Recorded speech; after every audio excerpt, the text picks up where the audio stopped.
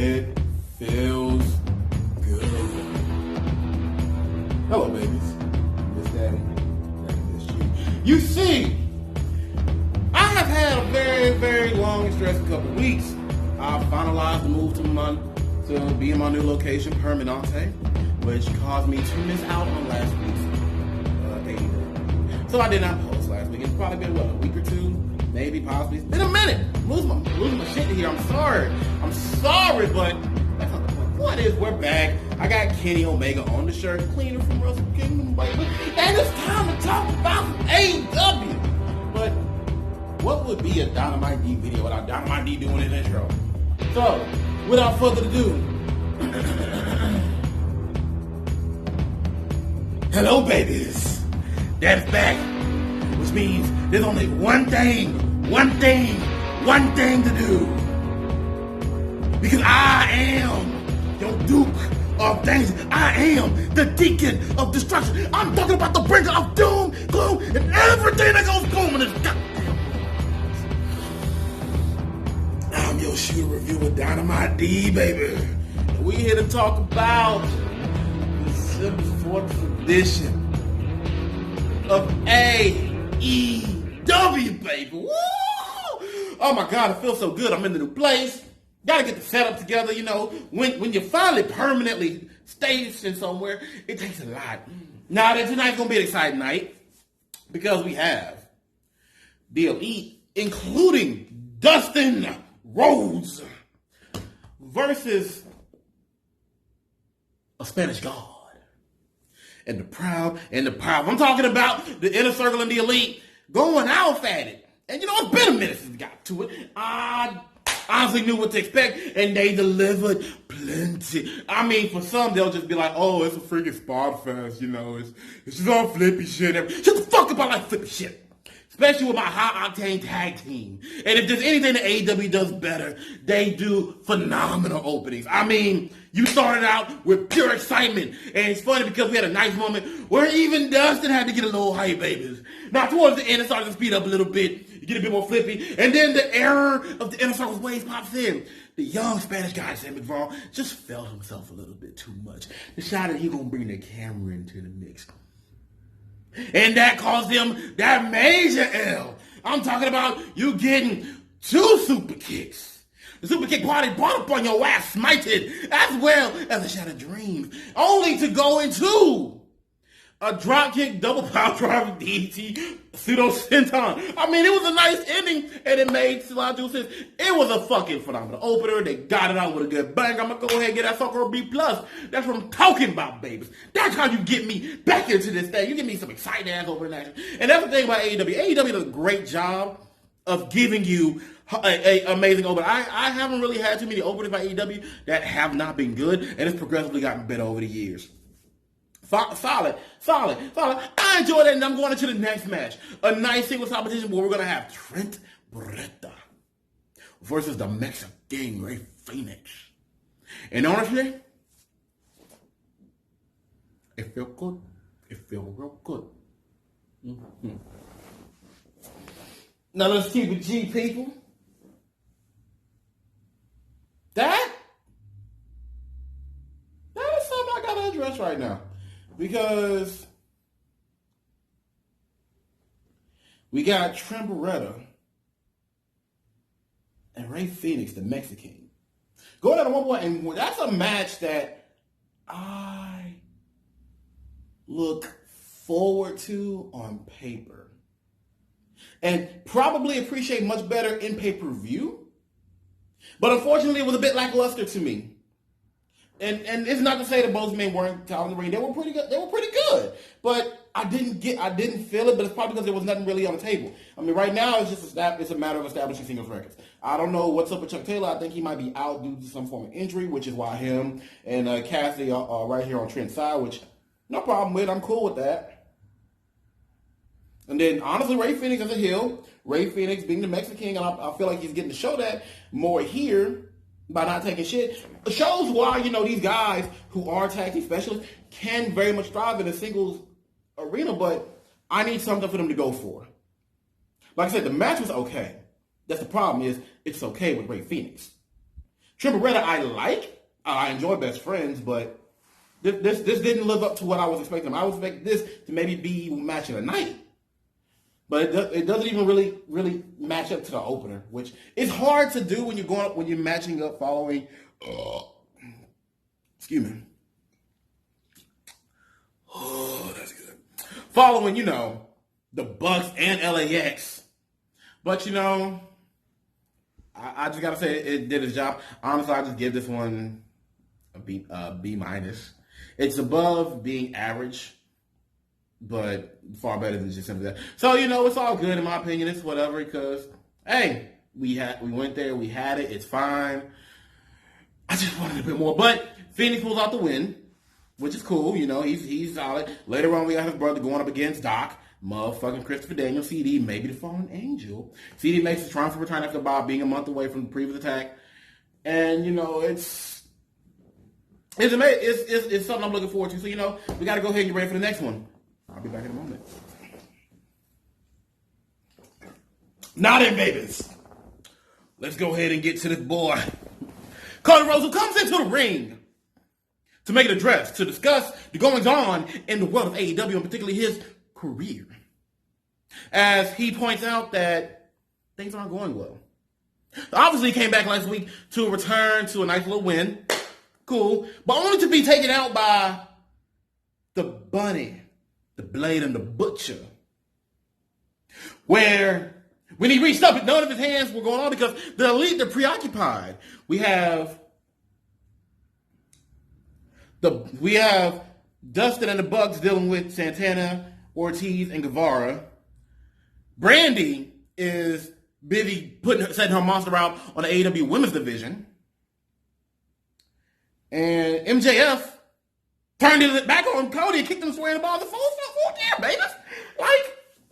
Like, the band's obviously, addressing these problems.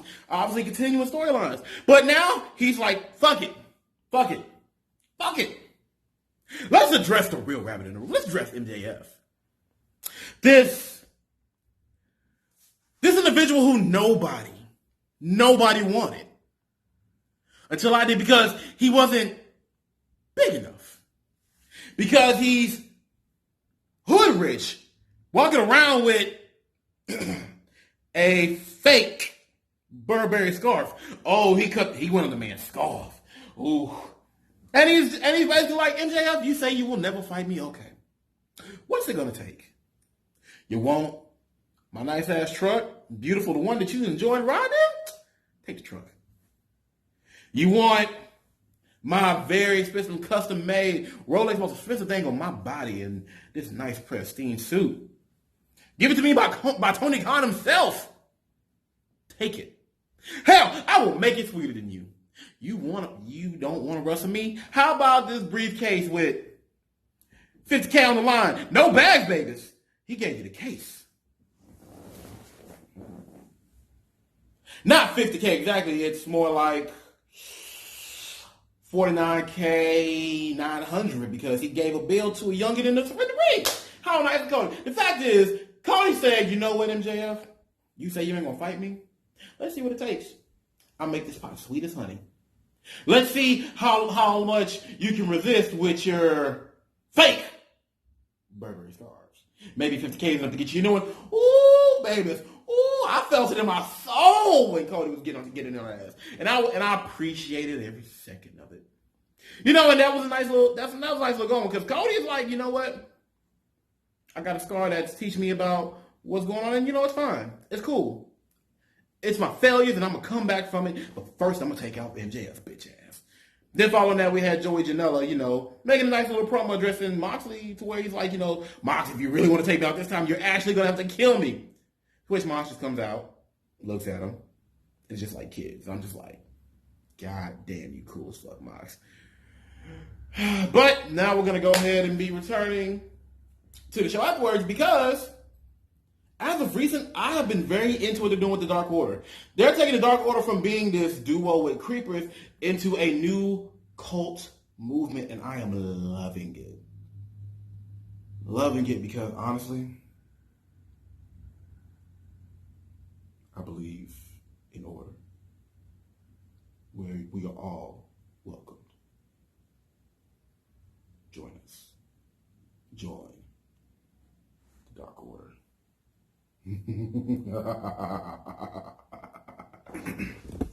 But all seriousness, I actually do like the promo building for the Dark Order. Although I'm more curious about this campaign push. We'll have to go to jointhedarkorder.com to see what's up, baby. But other than that, let's go ahead and get ready for the next one because we have the in-the-ring return of Carla Rosa, who I believe has been MIA since her loss to Riho.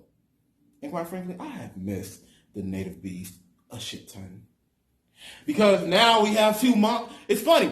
We have two monsters in the women's division, two monsters in the men's division. Not much of a monster in the tag division, but you know what? It is what it is, baby. It's because we're still growing. And with this being her debut, it only makes sense that it's going to be a squash match against who else but Leva Bates, which I love Leva Bates. Honestly, I feel like she's more into this just for A, the money, and B, the ability for her to just go out and have fun and be herself.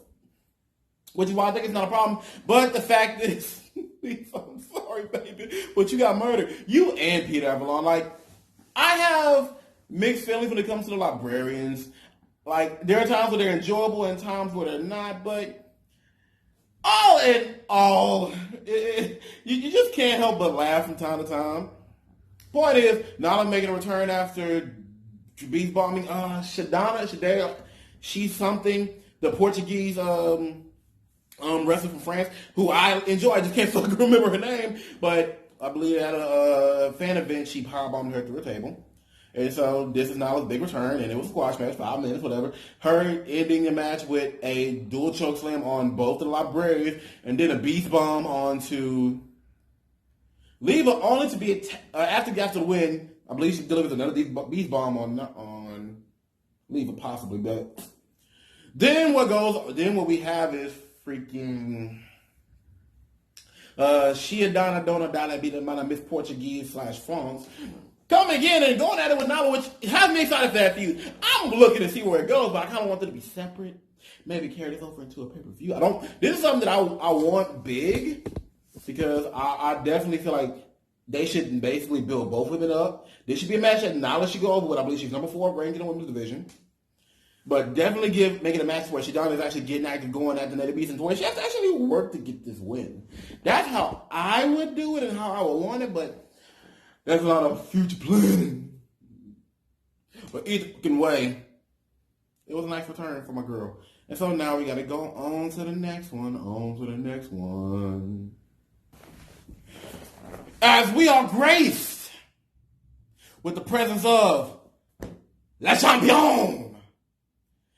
Brock coming out with Big Hurt.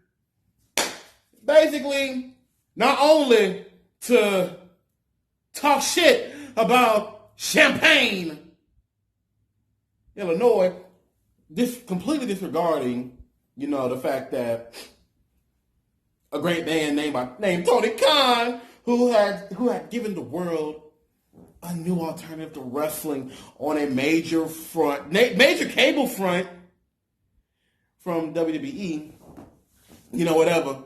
He also comes out to address the fact that he is contractually obligated to have one more match of the year 2019 on December 18th. He must defend his title. But also, let's point out that he came out with the lexicon of Le Champion. The new list that just got fucking over, and on his list, he was going through who his potential candidates could be. As well as, basically say anybody whose name in relation to most of the people that he talked about. Names that went through were John Moxley, Darby Allin, John Moxley again. I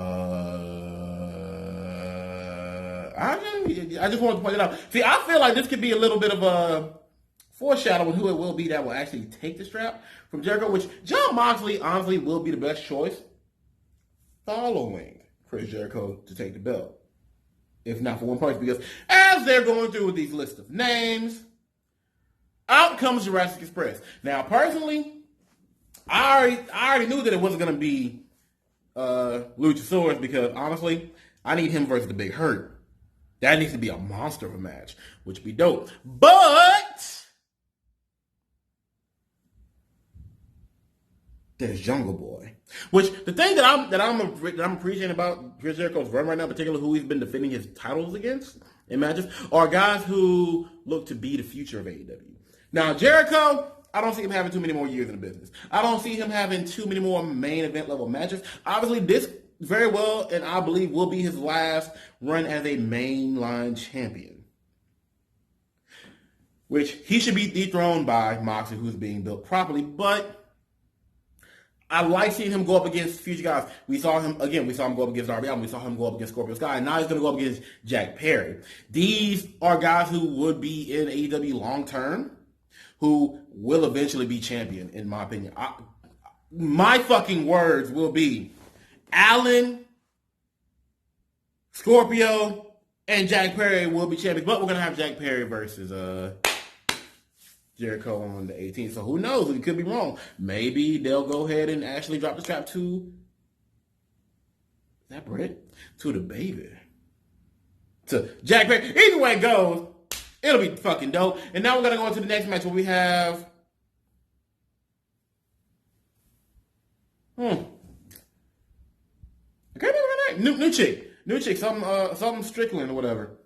Kay Strickland, Kurt Strickland. I don't fucking know. I kind of missed the name, but she's going up against Riho, which I'm not familiar with how this match came about. But if the match they'll push, so I'm very excited to see how it goes. So because I am doing this as I'm fucking recording in between. So let's go ahead and get ready on to the next one. My apologies, babies. It's not often that I make particular mistakes when it comes down to wrestlers' names, but I did. It's Chris Statlander and Hikaru Shida. Terrible apologies.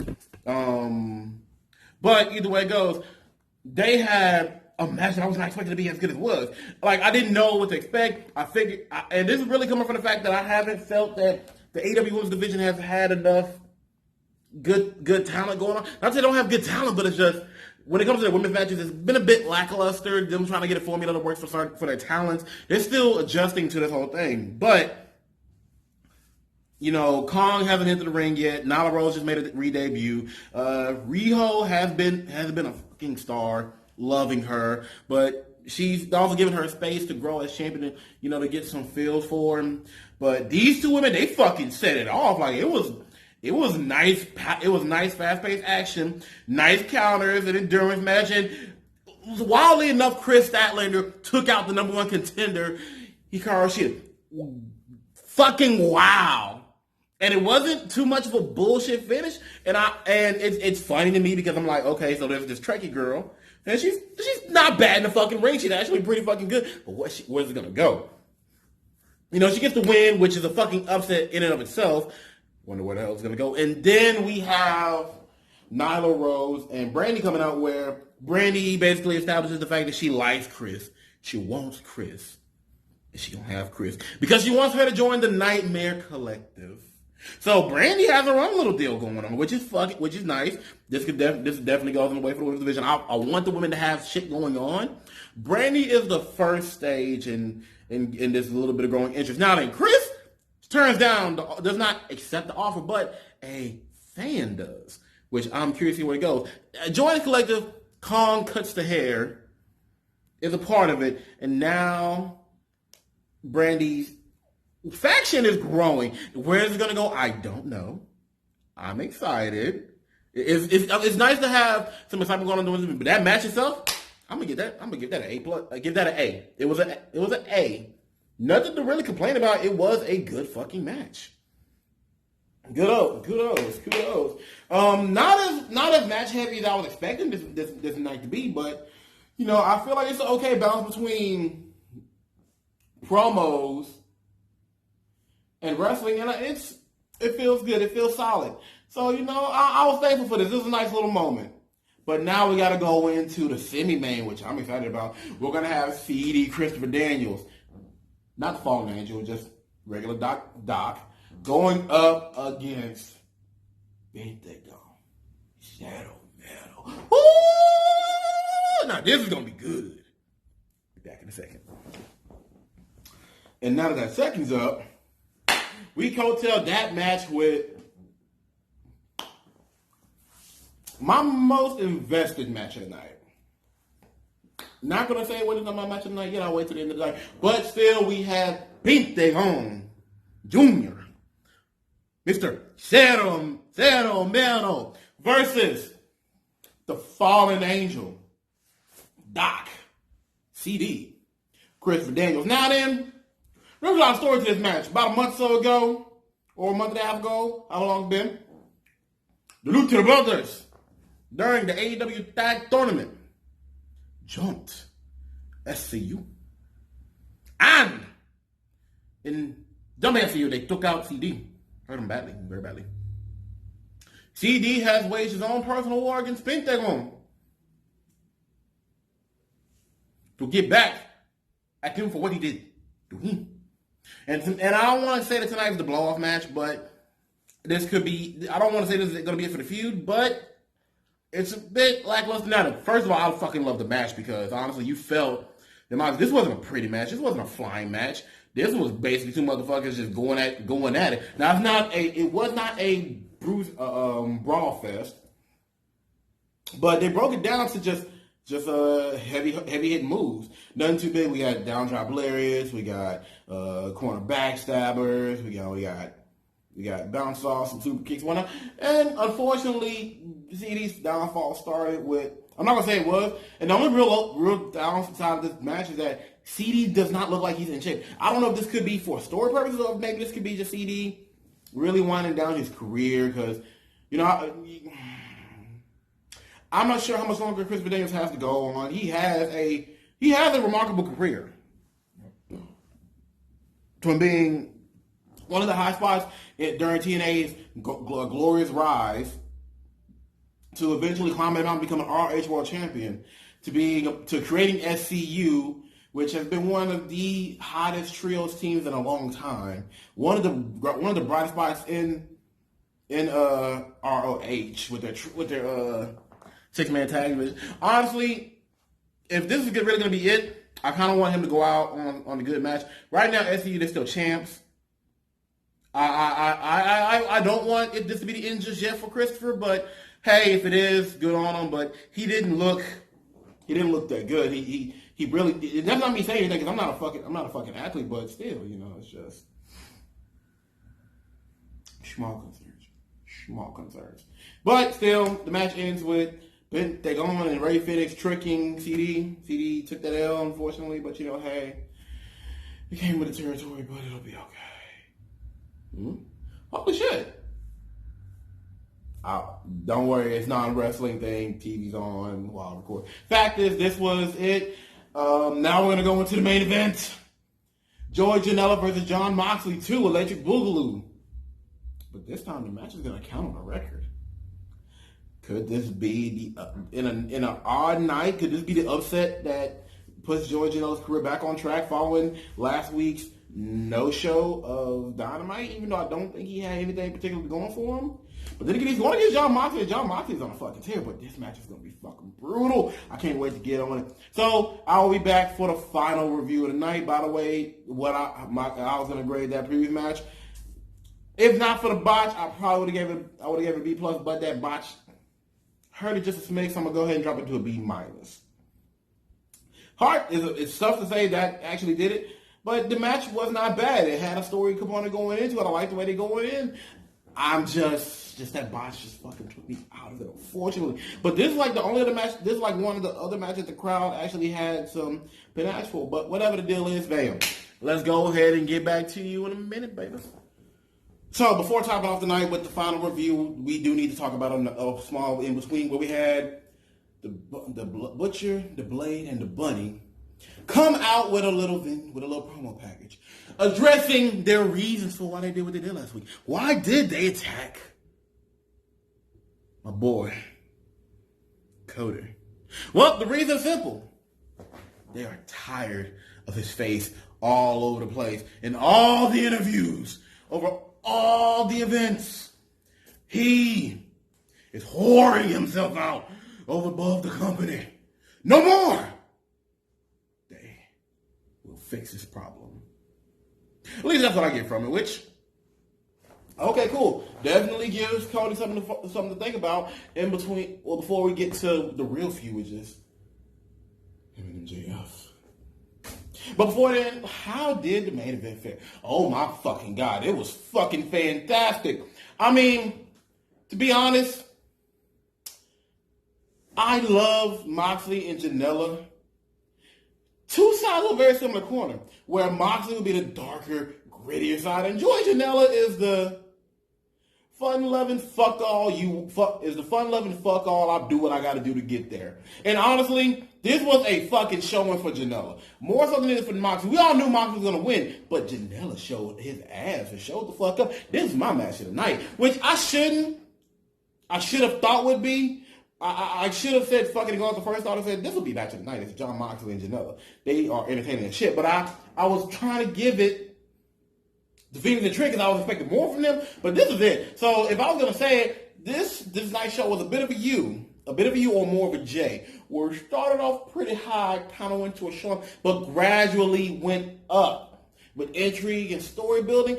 I enjoyed it. But this match in particular, fucking great, good shit. I fucking loved how they started off with Moxley showing, obviously having a size advantage, but also showing that he has a bit of technique to him. You know, but then Janela having to work his way to come back, putting in a bit more effort, ducking a few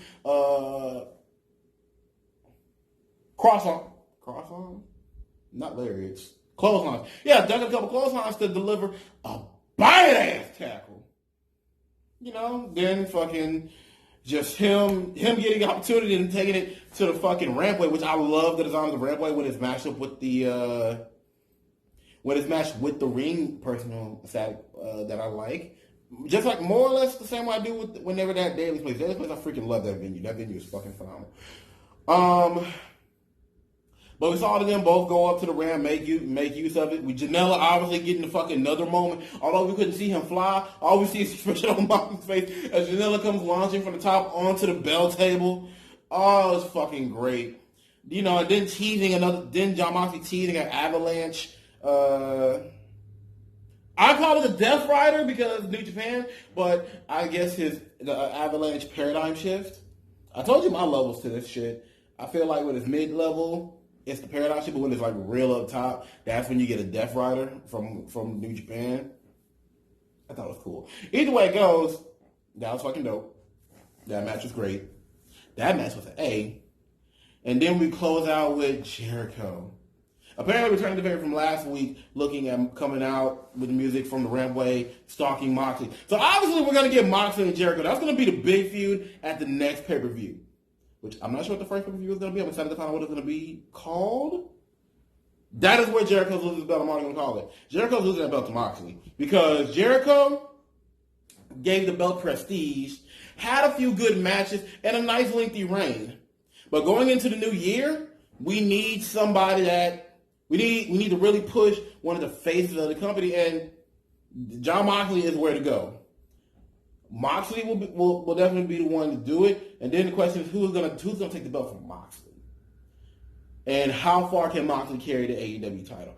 Oh my God, it's gonna be next year is gonna be glorious for Skimming. Can't wait for the 1 year anniversary. I wonder what we're gonna do pay-per-view title wise. We can't do a double or nothing, but I do feel we'll go back to Vegas. Either way it goes. That was tonight's episode. I fucking loved it. Final verdict for the show, I'm gonna go ahead and give it a nice B. A nice B. I feel like I'm starting to come down more on my grades. Like, I do fucking love AEW greatly, but I feel like there might be times where I've overgraded it, but I'm not going to go back on any grades that I ever did in the past, so I get fucked that. I'm sticking with what I made the first time. But this was a pretty cool show. I'm pretty sure that next week, I'm looking to try and do NXT tomorrow. I think that's where I want to try and get the format down. It's like, I'll watch AEW the night of, do my video for it the night of, then watch NXT the following day. Probably watch it about 5 or 6. I don't know. Tomorrow's gonna be difficult, but I'll probably go ahead and get my NXT review uploaded up tomorrow night. Bear with me. Also, this weekend I'm gonna try and do my first stream. This is Wrestling X Gaming, and I haven't really been doing much gaming. So right now I'm addicted to COD online. So I'm just go ahead and do my filthy fucking casual game stream. I'm not sure if that title's taken. If it is, then fuck it. As a matter of fact, it's the WxG stream. Yeah. So this week, prepare for the WxG stream, Call of Duty. This is what we're going to do. Maybe Saturday night, could be Sunday, all day. Who knows? Exciting business. Either way it goes, yo, thank you for watching. Like, subscribe, comment, talk to me, follow me on my socials. That should be up, down, in the bottom. Listen, babies, it's hard out here trying to grow something when it's only you by yourself with nothing more than a camera, a phone, a stand, and an apartment to record in. Don't know when I'll make changes that'll better my shit, but until then, this is what we got. That's why we're going to keep this low key. Yo, follow the boy. Talk to y'all later. Peace.